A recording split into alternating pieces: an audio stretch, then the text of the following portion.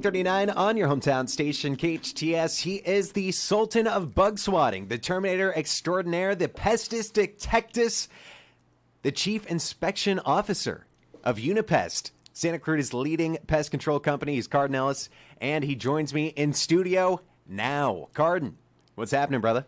I'm good, man. You love the intro. Stop. I do. You love the intro. Did you? Out of all the nicknames, what's your favorite?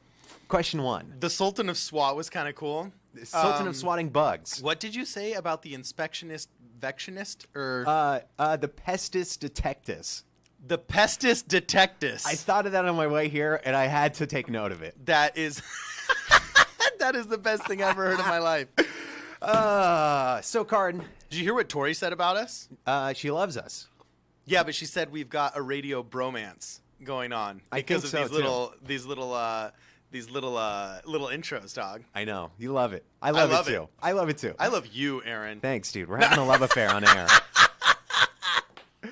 Cardon Ellis of Unipest, Universal Pest Control, Santa Clarita's leading pest control company, family owned and operated. Yep, my dad and me. Since when? Oh, goodness, like back in 2010. Really? So we're coming up on 10 years. It's actually, no, it was before that. I think we first started paying ourselves in 2010. It was like 2009-ish. Or it was like about a decade ago. In operation for over a decade, been making money for a little less than that. Yeah. Cardon Ellis of Little less than Unipest. that. Hey, so Cardon, tell me this. You're in and out of people's houses all day, every day. It's your job to be. Yes, totally. Any experience with hoarders? Oh, my gosh.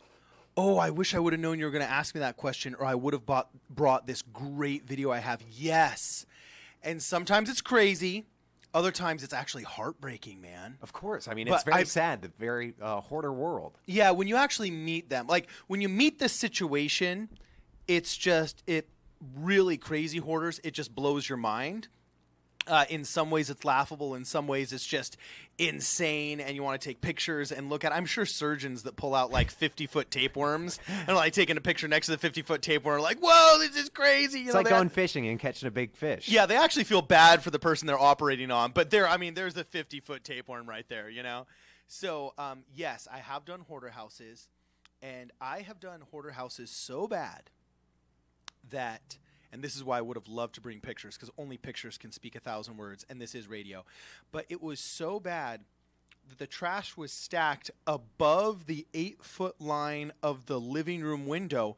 And when we went inside, exterminating the roaches, the termites, and the rats was actually secondary to exterminating the frogs that had begun to grow in the house from all the nastiness of the mold and this and that. And it gotten so bad that the health department had like made an exception to usual rules and so on and so forth, because they didn't want to demolish the house because they were afraid all of the rats and all of the cockroaches and more than anything, the roof rats would start infesting the surrounding structures unless we exterminated them before demolishing the house. Wow. Yeah. So did you go in with the hazmat suit? Oh, no, yeah, we went in. What we do is we duct tape closed our boots. And at first, because the woman, unfortunately, wasn't paying her power bill either, so she had no power. So when we went into the garage, we noticed, there was like water all over the floor because you can see the reflection of the water because it's like standing water, you know? It's so gross. Until we turned on our flashlights and we realized it wasn't a garage full of standing water from a plumbing leak, but the shininess of the hair on the back of rats. Oh. There were so many rats, dude, that we thought there was straight up like water on the floor. Oh, and speaking of crazy rats and crazy old ladies too, there was this beautiful old woman that, bless her heart, she had such a kind heart, but she called us once and she said, I called animal control because there was this kitten that I picked up on my property. There's this cat, and animal control says that they don't handle public or private property, which is true. They do public property, right? So she said, can you come and take care of it? And I was like, well, we're a pest control company, but, hey, I'll help you out. We show up, and I'm like, oh, my gosh. And she's like, oh, can you take it? I'm like, yes, Mrs. Williams. Yeah, we'll take this cat. Steve, go get, like, a freaking burlap sack, dude. Yeah. She was petting the largest rat Oh. I had ever seen in my life, and she did not know it was. She thought it was a cat because it was so big, and with her vision, it was just bad and it was hairy, but it was a dying rat, bro. It's like you need one of those ray guns from Men in Black. Just Dude, blast that thing. it was Hey, so vile. Okay, so talk to me about this. I know that you guys do beehive removals. Yes. I know that you have a bee suit. I would like for you to come in because we do Facebook Live these interviews. I would like for you to come in and do an interview in the bee suit. Let's get some views here, Dude, I'll do How the can bee you suit not interview. stop along your Facebook feed if you see a guy in a bee suit?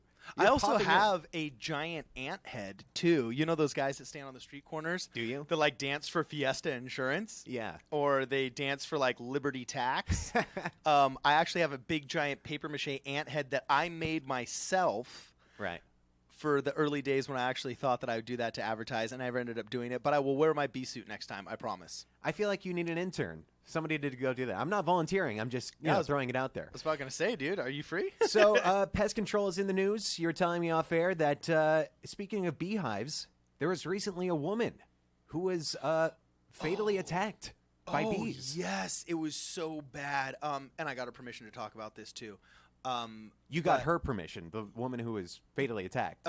No, she wasn't fatally attacked. Oh. But and unfortunately, it killed one of her dogs. Oh. One of the worst bee attacks I've ever seen in the Santa Clarita Valley. Oh. She had this beautiful pepper tree off of Sierra Highway that had a big hole in it. But unfortunately, once trees get these cavities down the middle, they get bigger and bigger and bigger over time until finally the tree actually fails. And from what I understand, it was like an over 80 to 90-year-old California pepper tree. I don't even know if biologically that's some kind of record, but I mean, it was a huge tree. It was probably like 4 feet thick. Biggest California pepper tree I've ever seen in my life. Anyway, a beehive had developed in there, and you know she hadn't really thought much of it because generally they pollinate and they're good and it's horse property. I mean, there's beehives on horse property. But she got out of her car with a friend and their 2 dogs one day, and all of a sudden it started attacking her. It swarmed her friend. It was an emergency room visit for her and her friend. She had over 100 stings. Her friend had like over 40 or 50, and the dogs unfortunately got like 90 on one, 70 on the other. Unfortunately, one of the dogs passed away, succumbed to all the stings.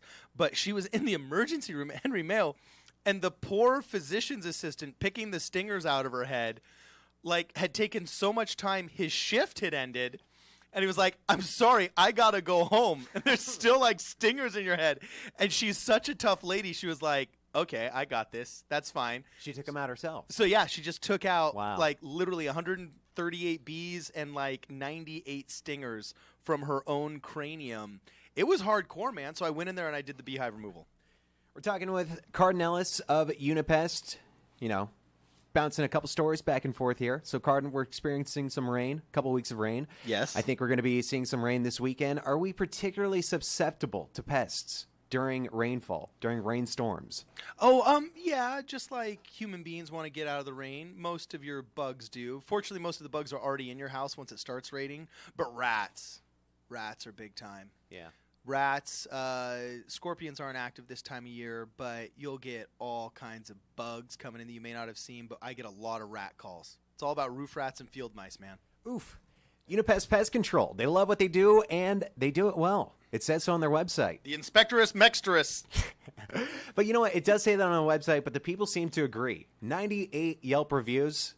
Yes. And a little over 4.5 stars. Not perfection. Oh, why, thank you. But we strive to get better each and every day at Unipest Pest Control. True dat. Santa Clarita's leading pest control company.